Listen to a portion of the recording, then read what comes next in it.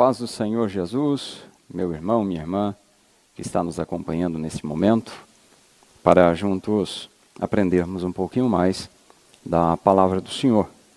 Neste domingo, estamos na terceira lição desse novo trimestre, 21 de julho de 2024. Estudaremos sobre Ruth e Noemi, entrelaçadas pelo amor. Quero orar por você e com você, para juntos nós meditarmos na santa palavra do Senhor e assim sermos edificados. Senhor nosso Deus e Pai, em o nome de Jesus Cristo, estamos aqui reunidos para adorarmos ao Senhor, para meditarmos na Tua palavra, para sermos, meu Deus, edificados pelo poder que há no nome de Jesus, pelo poder que há na palavra do Senhor. Pai, abençoa este irmão, esta irmã, abençoa esse jovem, esta família, essa criança. Senhor, para que possamos aprender do Senhor a cada dia que é manso e humilde de coração.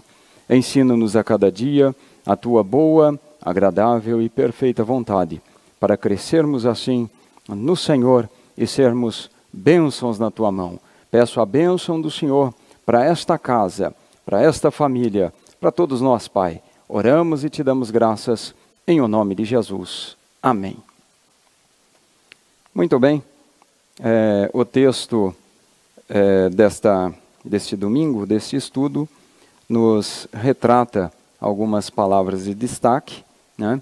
E já quero iniciar aqui com o tema, quando falamos em Ruth e Noemi, falamos de duas mulheres, lembramos logo aqui do laço de relacionamento familiar, né? Temos aqui sogra e nora, né? Ou nora e sogra, Ruth, nora, Noemi, sogra. Então já lembramos aqui de família, né? Iniciamos com este destaque para a família. Depois vem a questão que une as duas, o amor, entrelaçadas pelo amor.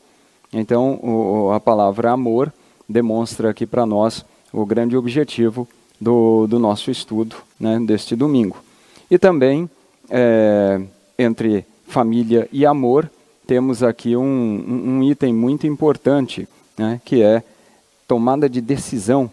Posso usar então essa palavra aqui, decisão, a importância de uma decisão certeira para o crescimento de uma família, para a edificação de uma família, que é o estudo desse trimestre, né? O Deus que comanda, né? O Deus que governa o mundo e cuida da família. Especificamente, as lições iniciais, as 5 primeiras lições, mais especificamente a segunda, a terceira, a quarta e a quinta, foca na família. A partir da 6ª lição até a 13ª, o enfoque já é para o mundo, o governo em si, né? Mas nesse enfoque de família, vamos aqui meditar um pouquinho o que essas duas mulheres de Deus têm para nos ensinar, para vivermos uma vida sábia, justa e temente ao Senhor. Muito bem. O texto áureo da lição nos diz assim: disse, porém, Ruth, não me instes para que te deixe e me afaste de ti, porque aonde quer que tu fores, irei eu, e onde quer que pousares à noite, ali pousarei eu. O teu povo é o meu povo, o teu Deus é o meu Deus. Ruth, capítulo 1, versículo 16. A verdade prática nos diz acerca da importância do amor. A verdade prática, amar uns aos outros sem nada exigir em troca, evidencia que Deus está em nós e nos une em relacionamentos fortes e duradouros. Que maravilha! A importância do amor, né? Jesus, quando toca nesse assunto, ele é bem enfático lá em Mateus 24, 12, falando do final dos tempos. Ele é bem enfático e deixa muito claro para nós que que nos últimos tempos, né, nós teríamos grande dificuldade neste quesito ou nesse assunto aí, né, de relacionamento, no amor, porque ele diz, na medida que a iniquidade aumenta, o amor esfria. Né? Vamos lá então para a leitura bíblica em classe. Leitura bíblica em classe deixa claro para nós, né, o que o texto quer realmente, o que o estudo desse domingo quer realmente nos dizer. Ruth, capítulo 1, versículo 6, do 6 até o 8, né, leitura bíblica em classe, e depois dos versículos 14 até o 19. Vamos lá então, deixa eu localizar aqui. Então se levantou ela com as suas noras e voltou dos campos de Moabe, porquanto na terra de Moabe ouviu que o Senhor tinha visitado o seu povo, dando-lhe pão. Pelo que saiu do lugar onde estivera, né, e as suas 2 noras com ela. E indo elas caminhando para voltarem para a terra de Judá, Noemi disse às suas 2 noras, olha o conselho dela, ide, voltai cada uma à casa de sua mãe, né? E o Senhor use convosco de benevolência, como vós usastes com os falecidos e comigo. Então, as 3, levantaram a sua voz e tornaram a chorar. Orfa beijou a sua sogra, porém Ruth se apegou a ela. Pelo que disse, eis que voltou tua cunhada ao seu povo e aos seus deuses. Volta tu também após tua cunhada. O conselho para Ruth. Disse, porém, Ruth, não me instes para que te deixe e me afaste de ti, porque aonde quer que tu fores, irei eu. Onde quer que pousares à noite, ali pousarei eu. O teu povo é o meu povo, e o teu Deus é o meu Deus. Aonde quer que morreres, morrerei eu, e ali serei sepultada. E me faça assim o Senhor e outro tanto, se outra coisa que não seja a morte me separar de ti. Vendo, pois, ela que de todo estava resolvida para ir com ela, deixou de falar nisso. Assim, pois, foram-se ambas, até que chegaram a Belém. E sucedeu que, entrando elas em Belém, toda a cidade se comoveu por causa delas, e diziam, não é esta Noemi? Glória a Jesus. Então, após a leitura desse texto, vamos lá para os objetivos do nosso estudo de hoje, né? Objetivos da nossa lição. O primeiro objetivo, apresentar a proposta de Noemi, né? Apresentar a proposta de Noemi. O segundo objetivo, abordar a convicção amorosa de Ruth em relação à sua sogra. E o terceiro objetivo, refletir a respeito da convicção de Ruth. O teu Deus é o meu Deus. Que tremendo, né? Esses 3 objetivos, primeiro aqui, segundo e terceiro, né? Deixa bem claro para nós o que é que estaremos estudando neste momento, né? Iniciando então sobre a proposta da sogra de Noemi, depois falando sobre, né, a convicção amorosa que entrelaçou as duas, né? E depois finalizando sobre essa forte convicção de Ruth, né? Essa forte declaração dela, né? Teu Deus é o meu Deus. Vamos lá então para a introdução da nossa lição.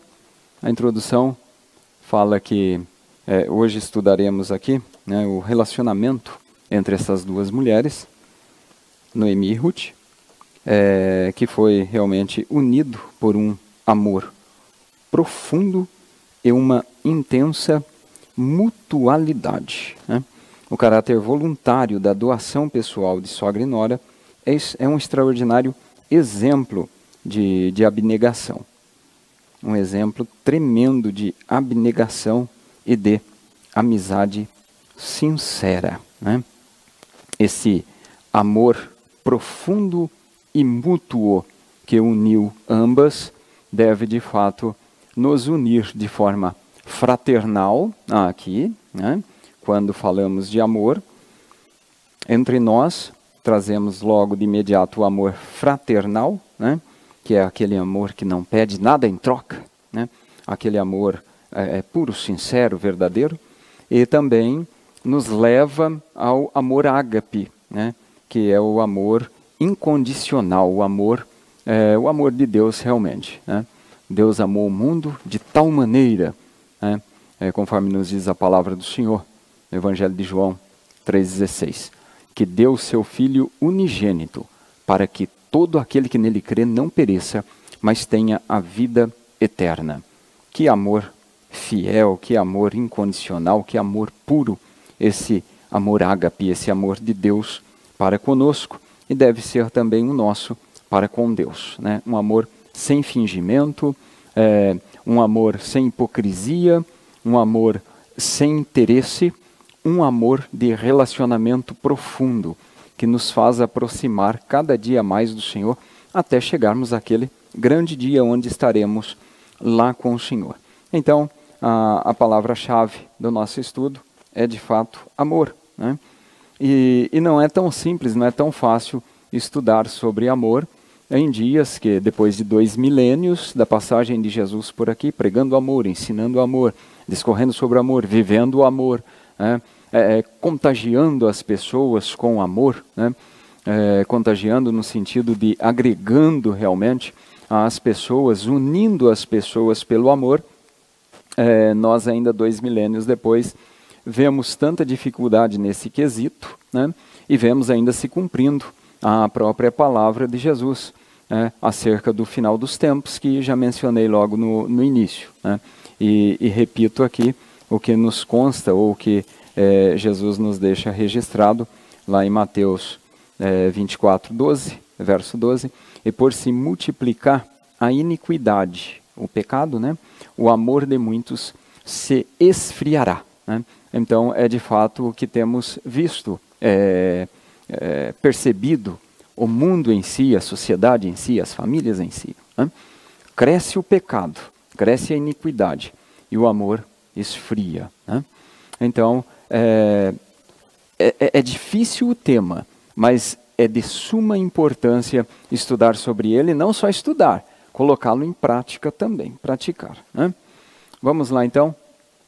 O primeiro tópico nos fala sobre a proposta de Noemi. Vamos ver que proposta foi essa que Noemi faz quando a gente aqui aborda a questão, adentra no assunto, abordando a questão da crise familiar. Refletindo um pouquinho sobre prática de amor ainda, né?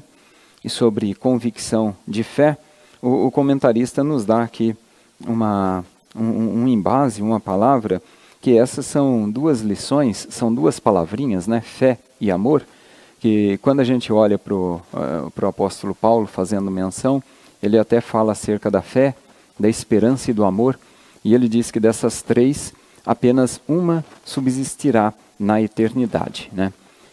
Ou seja, uma transcenderá, né? O amor, a fé e a esperança acabarão, né? Mas o amor permanecerá. Então o amor transcende a este mundo aqui, a nossa vida em sociedade, a nossa limitação humana. O amor perpassa, né, a eternidade, ou seja, durará até a eternidade, eternamente, né?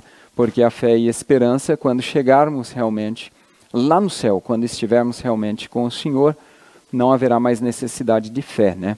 Porque a fé é o firme fundamento, Hebreus 11, firme fundamento daquilo que não vemos. Aí já estaremos vendo, contemplando o Senhor como Ele é. acaba-se aí a fé, né? Acabará também a esperança, porque nós esperamos sermos ressuscitados com Cristo, aí já estaremos num corpo ressurreto, então acaba também a esperança. Mas o amor não, o amor permanece, né? O amor permanecerá, porque Deus é amor. E Deus sendo amor, nós estaremos continuamente com o Senhor por toda a eternidade. O amor não se extinguirá. Por isso, tão difícil praticá-lo aqui, né?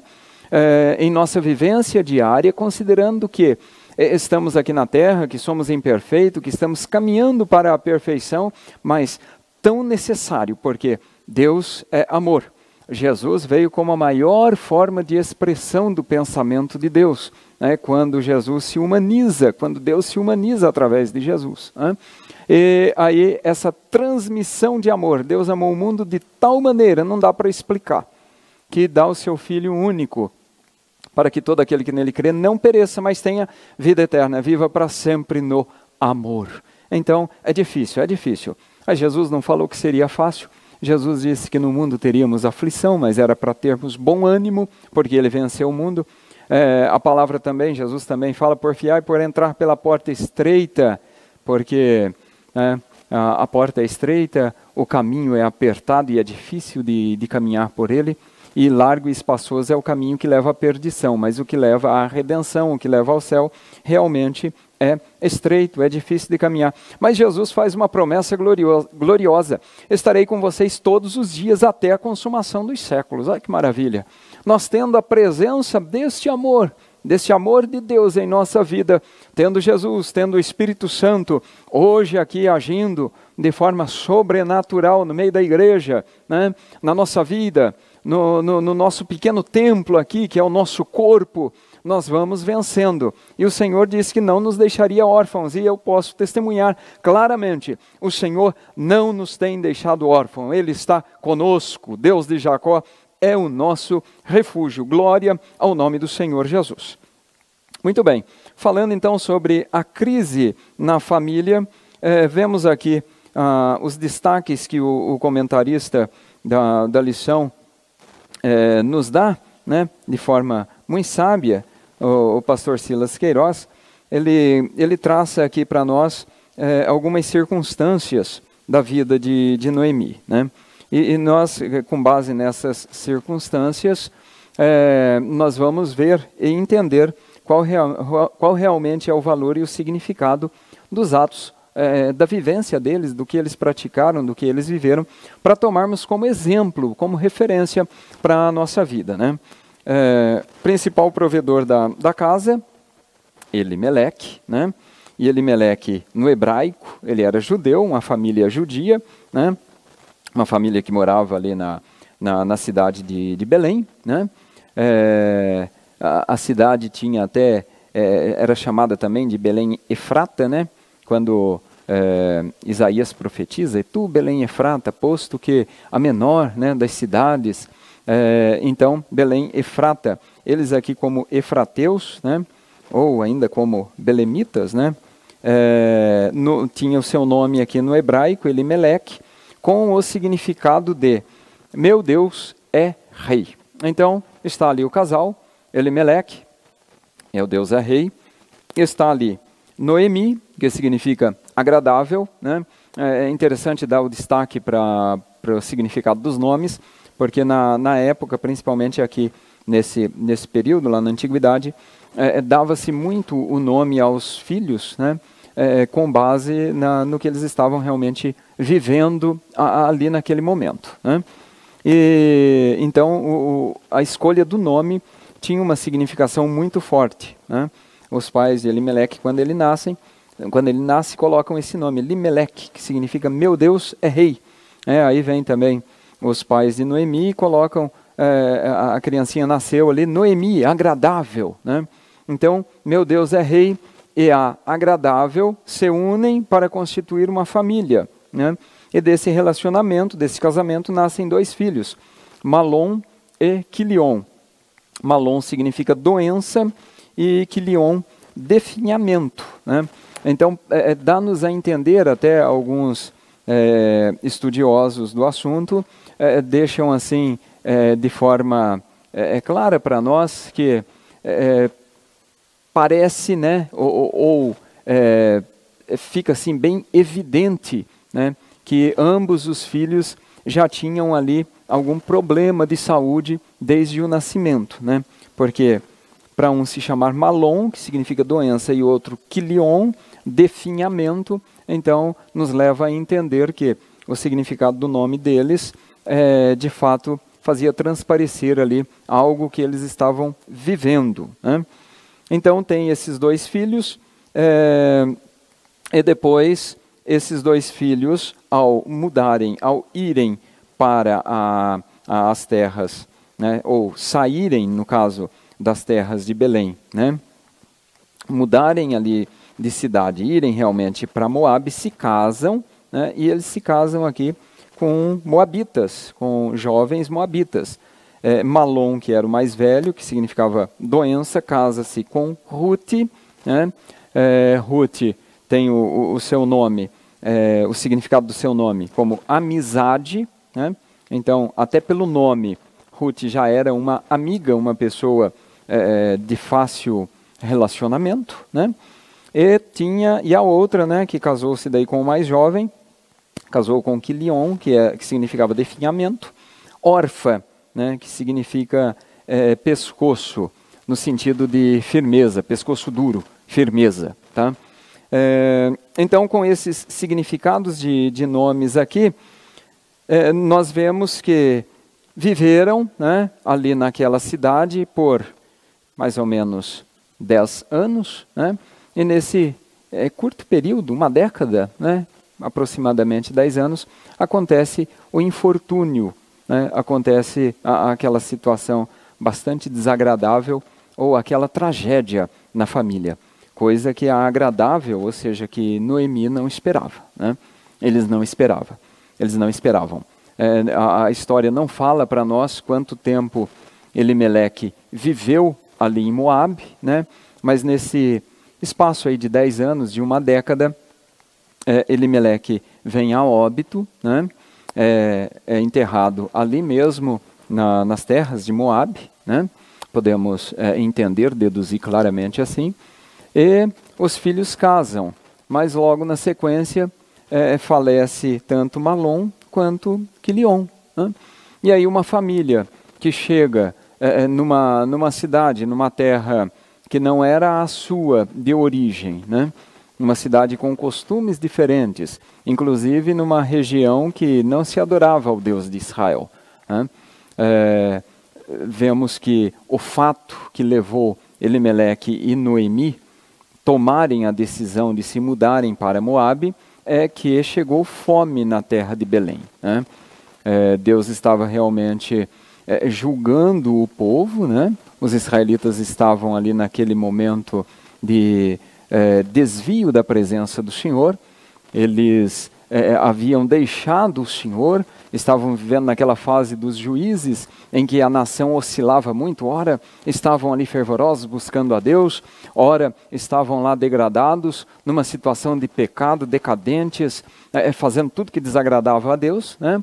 E nessa instabilidade pela qual a nação passava e passou por todo o período dos juízes, depois da morte de Josué, né, até chegar Samuel, né, foi um longo aí período de tempo, até chegar Samuel, que Deus ali realmente abençoou e foi um grande juiz e um grande sacerdote, né? Até que chegue isso, a nação vive nessa instabilidade. E no meio dessa instabilidade toda, né, não sabemos se logo no começo ou se logo no final, alguns estudiosos dizem que a história foi escrita por Samuel, né, então possivelmente lá já no final dos juízes, né, nós vemos que eles retratam que essa tomada de decisão foi por causa da justiça de Deus sobre Belém, sobre as terras de Israel. Veio fome em Belém, veio fome na terra do pão. Belém, né, o seu significado, falando de significados, significa terra do pão, né, ou casa do pão, né, mais especificamente. Faltou pão na casa do pão, faltou pão na terra que deveria ter pão, né? E aí a família o casal, ou Elimeleque como chefe, como sacerdote da casa, toma a decisão: vamos para Moabe, vamos para uma terra, vamos para um lugar, né, onde tem pão para a gente comer, questão de subsistência ou de sobrevivência, né? Então vamos para lá, e lá nós vamos ter uma vida, quem sabe, próspera, mas enfim, vamos fugir daqui para não morrermos de fome na nossa terra, né? Mas não imaginava ele que morreria ou por uma doença ou por uma outra questão ali na terra de Moabe de forma tão prematura, tão rápida, né? Que num espaço aí de uma década acaba, né, partindo tanto ele quanto os 2 filhos. E se olharmos para a história, no sentido de que o homem era o provedor 100% da casa, né, nesse período aqui, nós vamos ver e entender que a situação de Noemi, de fato, foi uma situação assim complicadíssima, né? Noemi tinha tudo para entrar em depressão, perder a fé, perder a esperança, abandonar o Deus de Israel, até porque ela já estava numa terra estrangeira, até porque ela já estava no meio de um povo pagão, de um povo que não adorava a Deus, no meio de um povo que tinha outro Deus, né? E aí ela tinha tudo para tomar essa atitude. E vamos ver no decorrer do texto qual foi de fato a atitude que ela toma, né? Aí quando ela volta, né, aqui já tem um resumo para nós, ela vai voltar, né, para sua terra de Belém, possivelmente aí depois desse período mesmo de 10 anos, né? Ela volta para sua cidade de Belém, e a cidade toda chora, foi o texto que nós lemos aqui, né, o versículo 19 do capítulo 1. Assim, pois, foram-se ambas, ou seja, Noemi e Ruth, até que chegaram a Belém. E sucedeu que, entrando elas na cidade de Belém, toda a cidade se comoveu, né? Vemos aqui a comoção social diante de uma tragédia na família, né? É normal que aconteça isso, né, quando tem algo assim muito extraordinário, né?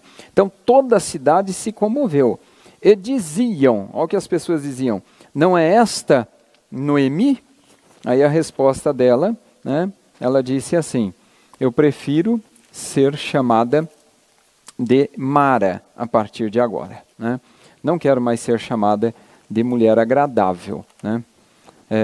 Eu já não tenho mais razão para ser a agradável. Agora eu sou uma mulher amarga, né? Exatamente, vamos fazer a leitura exata do versículo. Porém, ela lhes dizia: não me chameis Noemi, chamai-me Mara, porque grande amargura me tem dado o Todo-Poderoso, né? O significado, então, de nome Mara, né, é amargosa ou amargura, né?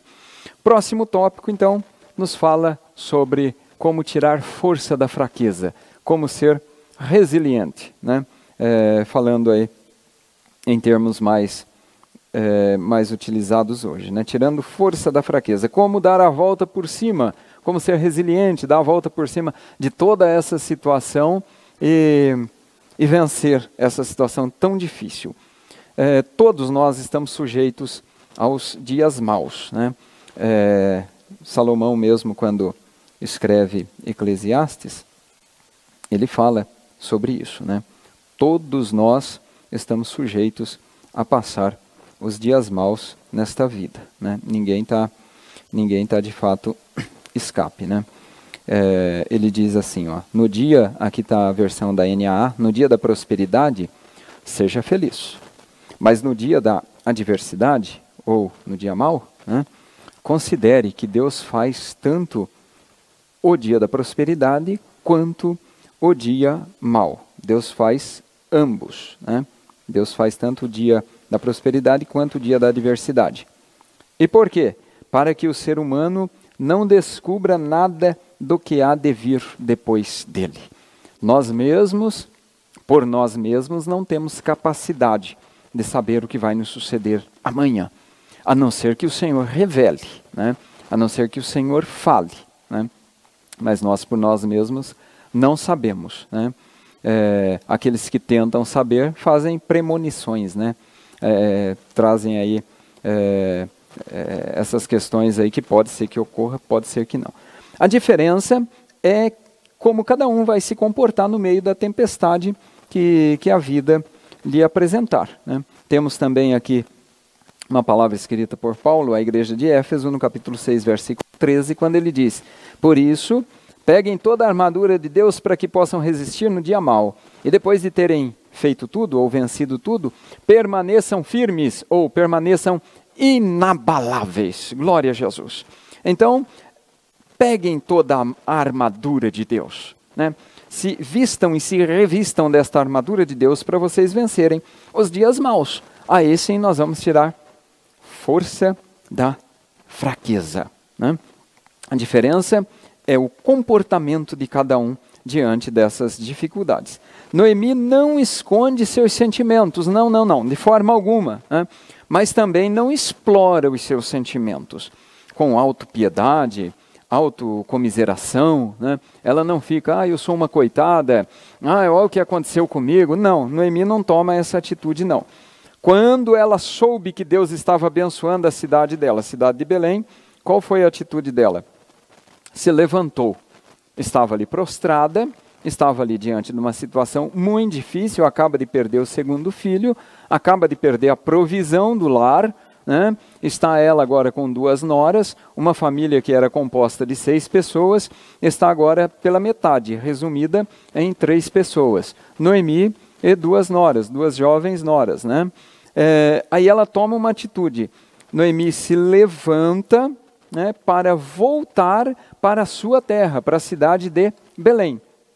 Quando ela toma essa atitude, mesmo no meio daquela dor que ela está tendo, ela tem uma atitude de liderança, né, uma atitude de firmeza, uma atitude que não é assim para qualquer um, não. Quem se vitimiza não toma uma atitude semelhante a essa, não. Né?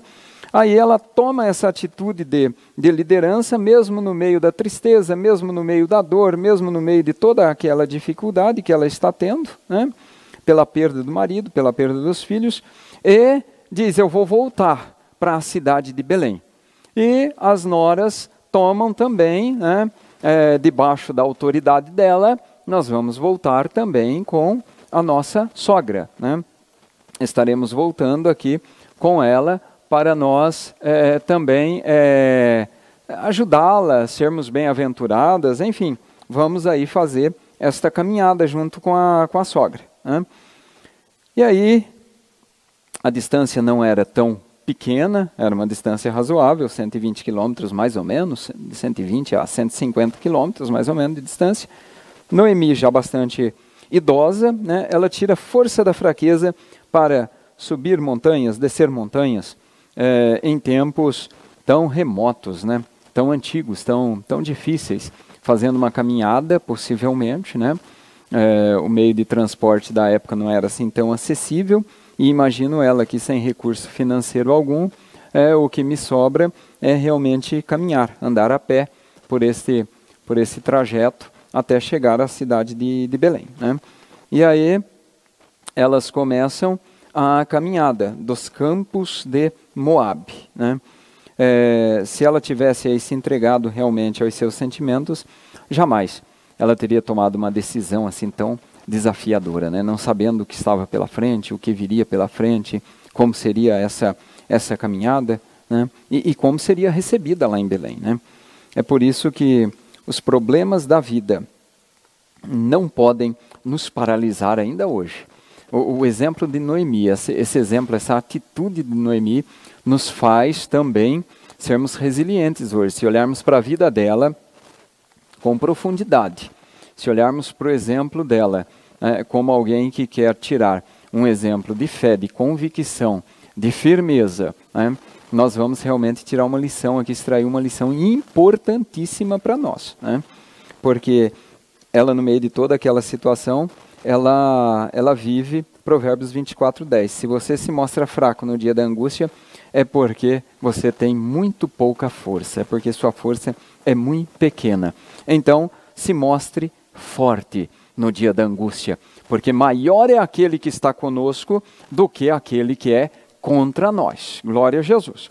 Sem manipulação emocional. Agora aqui as 2 noras, Ruth e Orfa, decide prontamente, vamos acompanhar a sogra, né? logo que começam essa caminhada, Noemi toma outra atitude. Vou libertar vocês. Vocês não precisam caminhar comigo, não. Né? Voltem para a casa de seus pais. Eu estou aqui preocupada com o futuro de vocês. Vocês são jovens ainda, né? Então voltem para a casa do pai de vocês. Ela já estava com a idade avançada, mas ela pensa primeiro nas duas noras, no futuro das meninas, né? Das jovens mulheres aqui. E ela disse assim, volta para suas origens, né? Para vocês se casar de novo, constituir uma família, vocês são viúvas, vocês estão aqui livres para continuarem a vida de vocês e serem felizes. Né? E já está ali abençoando elas, né? E não apela para os seus sentimentos, mas e agora eu vou voltar sozinha? Não, né? Noemi não usa a emoção de forma manipuladora, não. Né? Ela tem uma atitude ali firme, uma atitude de líder, uma atitude de uma mulher de Deus realmente. Né? A manipulação emocional é sutil na vida do ser humano. Né? Muitas pessoas adotam realmente. Né? Ai, coitado de mim, que dó de mim, que situação que eu estou na pior situação, eu passo mais luta do que todo mundo. Tal. E Provérbios ainda fala, Salomão ainda fala para nós que essa atitude emocional costuma surgir lá desde a infância. Em capítulo 20, verso 11 de Provérbios. Né? Pessoas emocional e espiritualmente sadias não são manipuladoras. Aí o comentarista nos deixa esse desfecho aqui do primeiro item, né? Dizendo que nós, se formos sadios espiritualmente e emocionalmente, nós não seremos manipuladores, nós não vamos pegar a situação para nos vitimizar, nós vamos dar realmente a volta por cima. E é isso que o Senhor quer de nós. Né? Firme, constante, sempre abundantes na obra do Senhor, o seu trabalho não é vão no Senhor, o Senhor está cuidando de mim, o Senhor está cuidando de ti, o Senhor está cuidando de nós, a vitória vem de Deus, porque Ele disse que não nos deixariam órfãos, já falei lá no início, e de fato o Senhor não nos abandona, não nos deixa sozinhos, Ele prometeu estar conosco e Ele está de fato, através da presença do Espírito Santo. Então somos mais do que vencedores, por Cristo que nos amou. Glória ao nome do Senhor Jesus. E tomando aqui referência de Noemi, deu a volta por cima e o Senhor deu vitória para aquela mulher. A crise familiar de Noemi traz lições importantes a respeito da perseverança e do bem-estar emocional. Né? Quando nós olhamos para essa situação aqui, e nós vemos Orfa voltando depois dessa segunda conversa de Noemi com elas, né? Eu vou abençoar vocês, volte para casa. Aí Orfa volta. Diz-nos a história, diz-nos a Bíblia que Orfa volta à sua família, a seus pais, aos costumes da sua terra e aos seus deuses. Né? Elas levantam a voz, elas choram juntas, né? E aí o versículo 8 diz que o versículo 14, perdão, diz que Orfa beija a sogra e volta para sua terra. Agora com Ruth não. Com Ruth, diante dessa segunda insistência, Ruth se apega, ou seja, Ruth não só deu um beijo nela, Ruth abraça a sogra, se apega à sogra, se une realmente à sua sogra. Né? Aí Noemi usa novamente, pela terceira vez, o mesmo argumento, dando um exemplo agora. Ruth, a sua cunhada, já voltou ao seu povo, aos seus deuses, à sua família. Ela já voltou, ela está caminhando de volta. Volte você também, 3 vezes. Aí Ruth, com já uma decisão bem firme na mente, diz no verso 16, não me instes para que te deixe e me afaste de ti, que é o texto áureo nosso. Aí ela vem com uma declaração muito forte. Para onde tu fores, irei eu. Onde pousares à noite, pousarei eu. O teu povo é o meu povo, e e o teu Deus é o meu Deus. E aí, ainda para não ficar somente nessas questões aqui de relacionamento, relacionamento pessoal e também espiritual, quando ela faz referência a Deus, ela diz ainda que onde quer que morreres, morrerei eu e ali serei sepultada. Ou seja, nada, Noemi, não adianta mais tocar nesse assunto, nada vai nos separar. Nós estamos unidas aqui e a nossa união é por um amor que não se acaba aqui, é eterno, por um amor perpétuo, por um amor duradouro, aquele amor de Deus, o amor ágape, né? O amor fraternal entre as duas, o amor ágape entre elas e Deus, Deus e elas, né? E aí nós vemos claramente, quando a gente fica pensando, eu fiquei meditando nesse detalhe aqui, que firmeza de Ruth, né? E lembrei-me da parábola do semeador. Ruth é aquela terra boa, aquele solo fértil, que recebeu a palavra e aí começou a dar fruto. Um dá fruto a 30, outro a 60, outro a 100, porque é terra boa. Aí Orfa já não é tanto assim. Orfa é aquele solo de pedras, de pedregais, aquele solo rochoso, né? Quando vem as angústias da caminhada, o faz desistir, né? Recebe a palavra com alegria, integra-se na família, começa a buscar a Deus, mas daí vem a angústia, vem a dificuldade e isso o faz escandalizar, né? Ou seja, não tem raiz, né? A sementinha plantada que caiu entre os pedregais não tem raiz, logo nasce, mas também dura pouco tempo. Sejamos terra boa, como Ruth foi, para produzirmos fruto para o nosso Senhor, a 30, a 60 ou a 100, segundo a boa vontade de Deus. Muito bem, a convicção amorosa de Ruth. Vamos agora para o segundo tópico da nossa lição, falando sobre essa amizade provada e aprovada.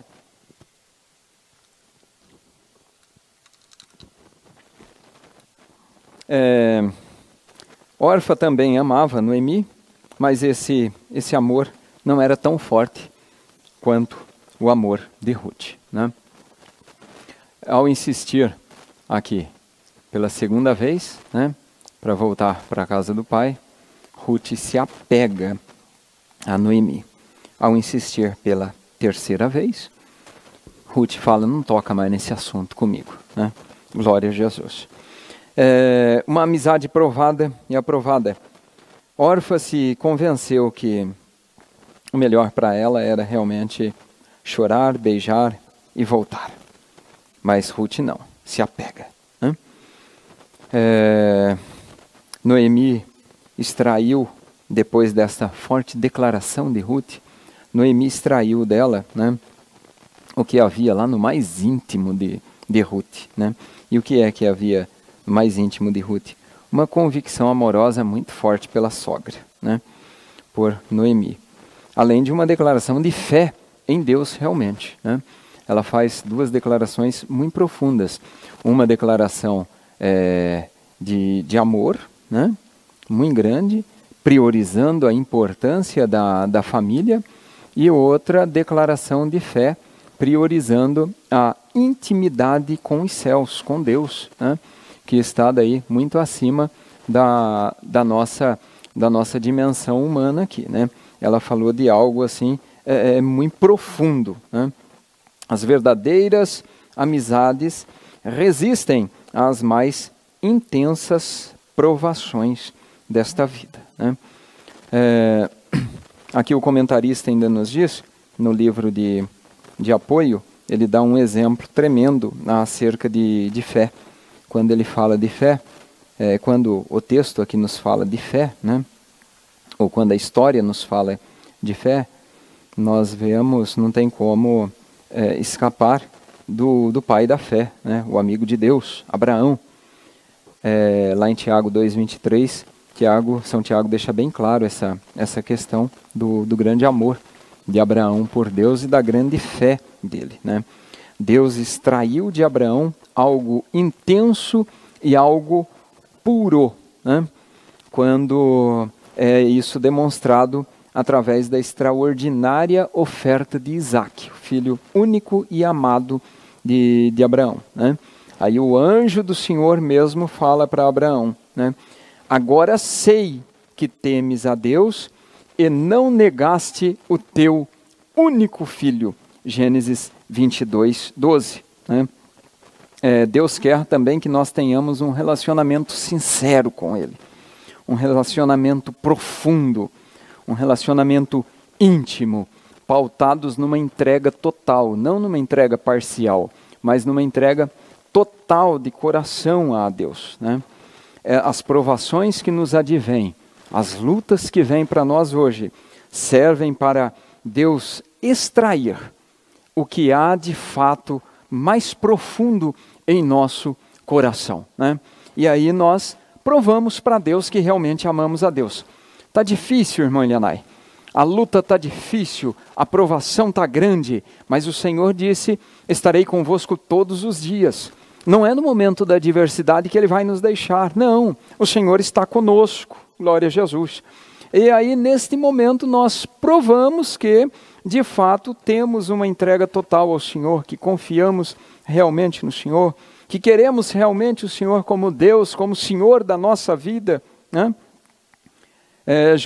Evangelho de João 15, 14, Jesus disse, vocês serão meus amigos se fizerdes aquilo que eu vos mando. Olha aí, é bonito, é gostoso demais ser amigo de Jesus, né? E ainda na sua oração ele disse, tenho-vos chamado de amigo porque tudo quanto ouvi do Pai